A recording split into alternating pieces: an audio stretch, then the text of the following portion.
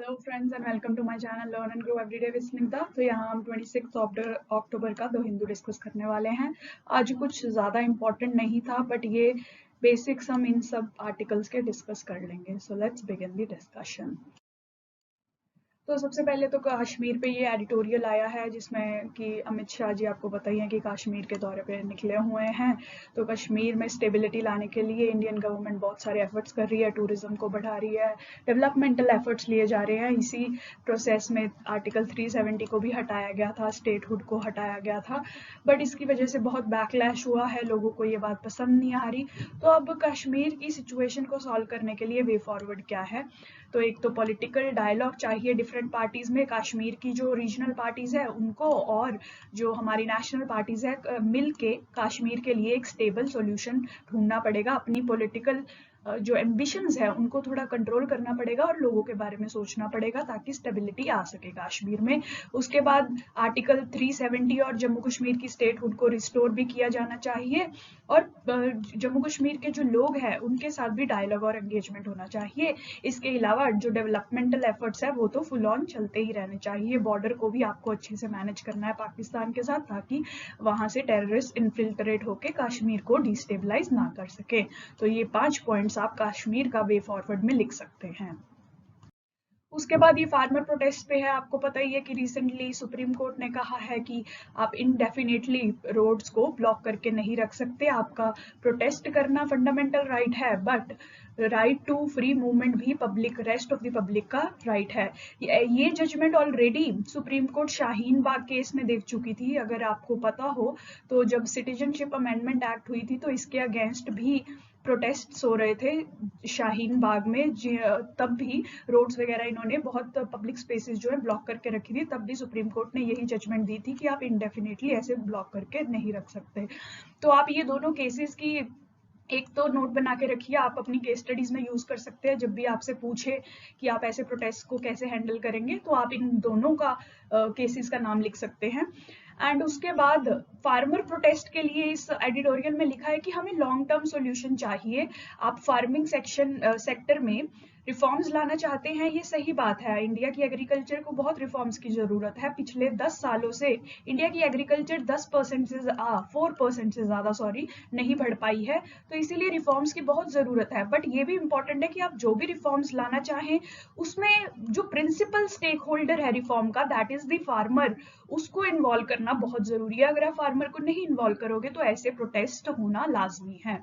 तो यही कहा जा रहा है कि फार्मर प्रोटेस्ट के लिए long term solution find out किया जाए, जिसके लिए डायलॉग विद फार्मर्स बहुत जरूरी है।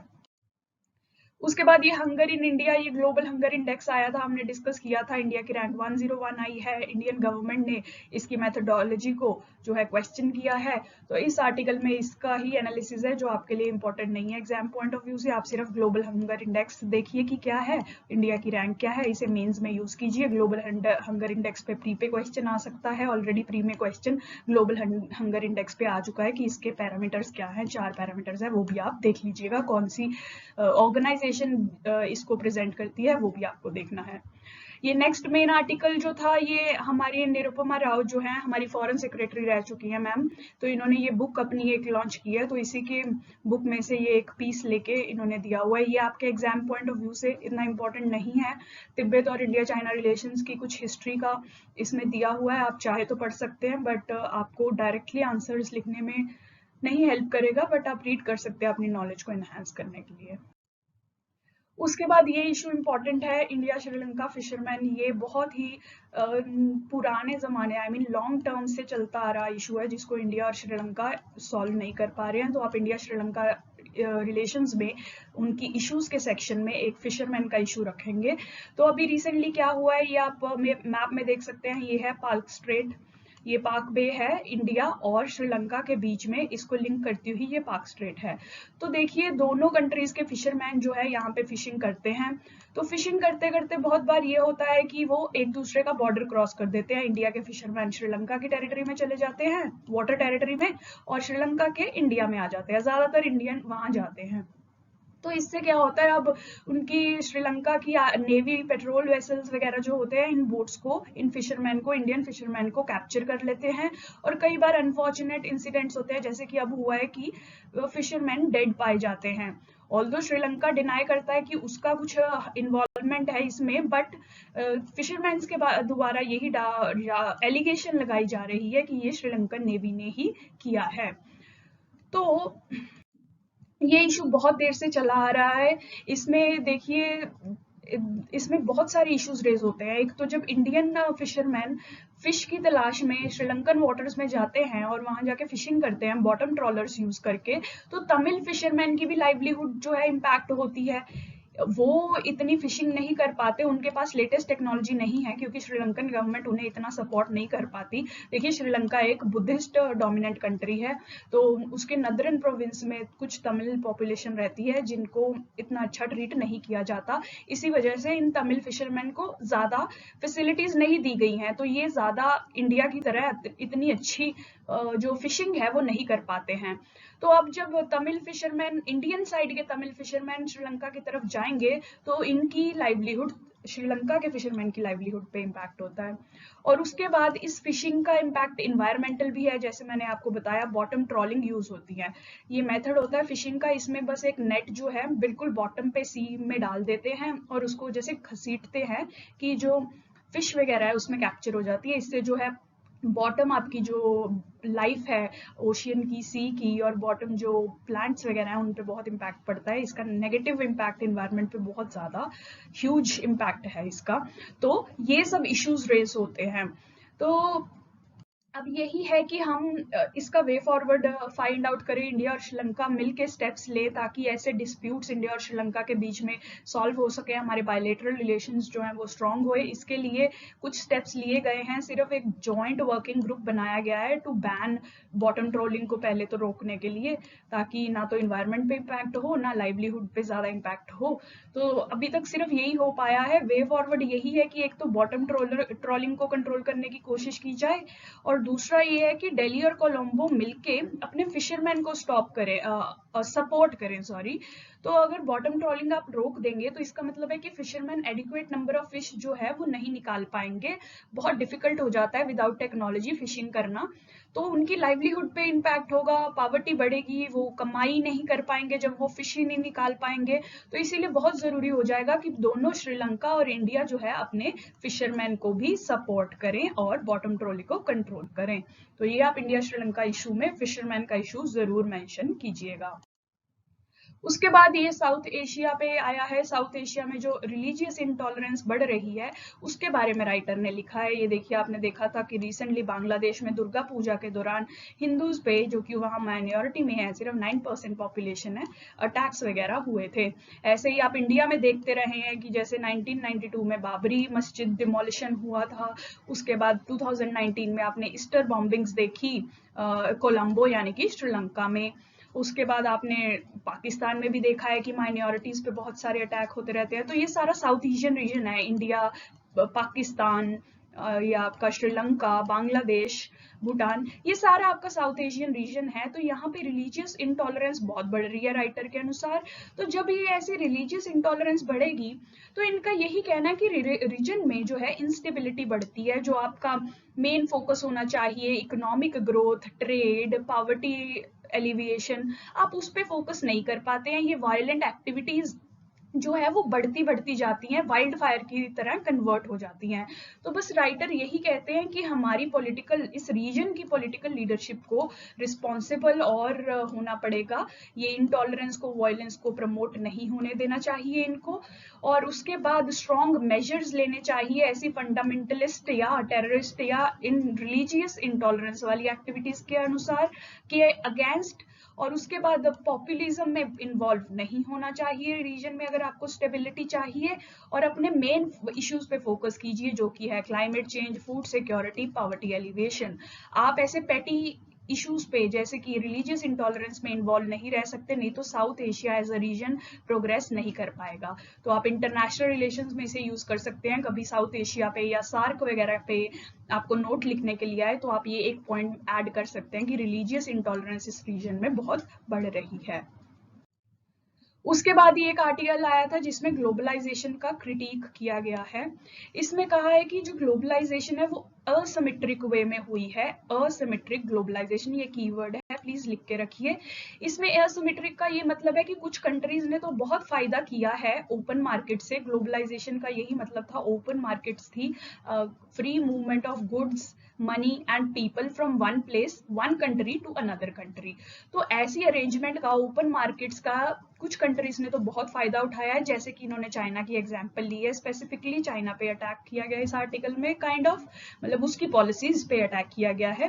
तो ये कहते हैं कि चाइना की खुद की तो इतनी ओपन मार्केट नहीं थी, बट उसने बाकी कंट्रीज की ओपन मार्केट का भरपूर फायदा उठाया। आप देखिए चाइना में ना तो फेसबुक है ना यूट्यूब है, तो ये ऐसी चीजें जो कंपनीज हैं, ये चाइना में तो अपने आप को एस्टेब्लिश नहीं कर पाती थी क्योंकि गवर्नमेंट के वहां पे रूल्स ऐसे थे, बट चाइना ने बाकी कंट्रीज की मार्केट को ओपनली एक्सप्लॉइट किया है ग्लोबलाइजेशन के अंडर। तो कहते हैं कि अब जो बैकलैश हो रहा है, तो ये ग्लोबलाइजेशन के अगेंस्ट नहीं है स्पेसिफिकली, ये स्क्यूड ग्लोबलाइजेशन या एसिमेट्रिक ग्लोबलाइजेशन के अगेंस्ट ही है।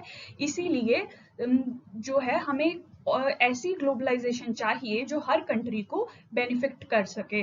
अब देखिए कोविड भी, पेंडेमिक भी आया था, तब भी चाइना की तरफ से सप्लाईज जो बंद हो गई थी क्योंकि लॉकडाउन लग गया था, तो सारी कंट्रीज की प्रोडक्शन और मैन्युफैक्चरिंग पे बहुत इम्पैक्ट पड़ा था। इसीलिए तब ये मूवमेंट स्टार्ट हुई थी, D risking global supply chains. China से बाहर निकालिए आपकी मैन्युफैक्चरिंग कैपेसिटी वगैरह और जगहों पे एस्टैब्लिश कीजिए ताकि चाइना पे डिपेंडेंसी कम हो सके। तो फिर राइटर यही कहते हैं कि ऐसी आपको सेल्फ रिलायंस वाली एक्टिविटीज चाहिए, ग्लोबलाइजेशन में डिपेंडेंसी आप नहीं क्रिएट कर सकते। बट ये कहते हैं कि टेक्नोलॉजी के सेक्टर में आप जो है मिल के अगर काम करें तो आपको ज्यादा बेनिफिट होगा। अगर आप टेक्नोलॉजिकल सोवरेनिटी पे फोकस करेंगे तो ये सेल्फ डिफीटिंग या नुकसानदायक हो सकता है। ऐसा क्यों कहते हैं राइटर? ये कहते हैं कि हमें अपनी जो कैपेबिलिटीज हैं, कॉम्प्लीमेंट्री कैपेबिलिटीज है, जो मतलब किसी नेशन के पास कोई क्वालिटी है, किसी नेशन के पास कोई कैपेबिलिटी है, तो हमको हर नेशन की कैपेबिलिटी को यूज करना है ताकि हम कॉमन इंटरेस्ट सब कंट्रीज का परस्यू कर सकें। जैसे कि यूएस जो है रिसर्च एंड डेवलपमेंट में बहुत आगे है, जापान जो है हाई वैल्यू मैन्युफैक्चरिंग में बहुत अच्छा कर रहा है, ऑस्ट्रेलिया जो है एडवांस्ड टेक्नोलॉजीज जैसे कि क्वांटम कंप्यूटिंग और साइबर सिक्योरिटी में अच्छा कर रहा है, और इंडिया में ह्यूमन कैपिटल यानी कि labour, skilled labour and unskilled labour दोनों ही बहुत हैं। तो हमको ये इनके एडवांटेजेस और इनके की पॉइंट्स यूज करने हैं इकट्ठे करके, ताकि सारे ही क्वाड के मेंबर्स, ये क्वाड के 4 मेंबर्स हैं, बेनिफिट कर सकें। तो इसके लिए तो ऐसा हमने idea of bubbles of trust बनाने हैं कि सारे एक दूसरे के साथ मिलके एक दूसरे का फायदा करें, सिर्फ एक कंट्री का ग्लोबलाइजेशन से फायदा ना हो। ना तो आप एक्सट्रीम पे जाइए कि अकेले अकेले काम कर रहे हैं, ना ऐसा कीजिए कि बिल्कुल ही मार्केट्स ओपन कर दी कि कुछ उसका बहुत फायदा उठा रहे हैं और कुछ बिल्कुल कुछ नुकसान में जा रहे हैं। तो आप मिडल पाथ लीजिए, बबल्स ऑफ ट्रस्ट बनाइए जिसमें हर कोई एक दूसरे की एडवांटेजेस या स्ट्रॉन्ग पॉइंट से, स्ट्रेंथ से बेनिफिट करे।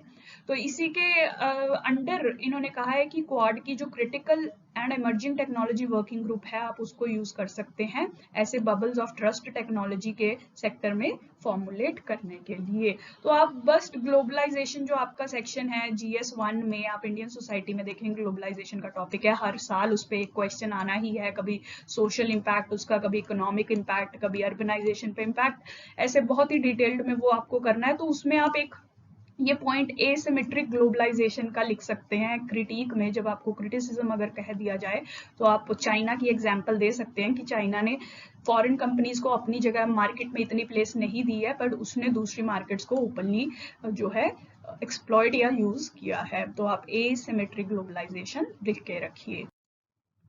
उसके बाद ये आर्टिकल COP आपको पता ही है, बहुत इंपॉर्टेंट ये चल रही है, तो इस पे ही आया है, इसमें कुछ नया नहीं था। इसकी डिस्कशन मैं 23 अक्टूबर को और 25 अक्टूबर को कर चुकी हूँ। आप वो दोनों जो है जाके देखिए, वो बहुत इंपॉर्टेंट है नेट जीरो पे, और इंडिया की एक्सपेक्टेशन क्या है, इंडिया की इश्यूज क्या है, सब हम डिस्कस कर चुके हैं। मैं डिस्क्रिप्शन बॉक्स में वो प्रोवाइड करूंगी, आप प्लीज वो जाके चेक कीजिए। और उसके बाद ये CO2 एमिशंस पे डाटा है, ये आपके इतना डिटेल्ड डाटा जो है आपके लिए इम्पोर्टेंट नहीं है, आप चाहे तो पढ़ सकते हैं, बट ये आपके यूज का नहीं है, एग्जाम में काम नहीं आएगा इतना डिटेल्ड डाटा। एंड फाइनली ये है कि ईरान एक अफगानिस्तान पे मीटिंग होल्ड कर रहा है। आपको पता ही है कि अफगानिस्तान में तालिबान का रूल अब आ गया है, तो अफगानिस्तान में स्टेबिलिटी कैसे लाई जाए इसके लिए रीजनल मीटिंग्स होती रहती हैं। तो इससे पहले पाकिस्तान ने 8 सितंबर को एक मीटिंग अफगानिस्तान पे होल्ड की थी। अब ईरान उसी सीरीज में सेकंड मीटिंग होल्ड कर रहा है। तो इसमें इशू क्या है कि इंडिया को इनवाइट नहीं किया गया है। तो इंडिया जो है ईरान के साथ अच्छे रिलेशंस मेंटेन करने की कोशिश कर रहा है, बट ऐसे कुछ इरिटेंट्स रहते हैं। जैसे जैसे आर्टिकल्स आएंगे आपको और जो इश्यूज है दोनों के बीच में बताया जाएगा, बट आप ये एक इशू लिख के रख सकते हैं कि ईरान ने मीटिंग कंडक्ट किया अफगानिस्तान पे, बट इंडिया को नहीं इनवाइट किया गया, जबकि चाइना, पाकिस्तान, रशिया और ये सेंट्रल एशियन कंट्रीज जो हैं सारी इनवाइटेड है। इंडिया का भी बहुत अफगानिस्तान की सिक्योरिटी और स्टेबिलिटी में इंटरेस्ट है, इंडिया को भी बुलाना चाहिए, स्पेशली क्योंकि ईरान अच्छा पार्टनर है। बट क्योंकि दोनों कंट्रीज के बीच में प्रॉब्लम्स भी है, इसलिए इंडिया को नहीं इन्वाइट किया गया। तो आप इंडिया ईरान इश्यूज में ये पॉइंट लिख के रख सकते हैं। So that was all for today's discussion. Hope it helps. Please like and subscribe my channel for more such videos, and thank you for watching.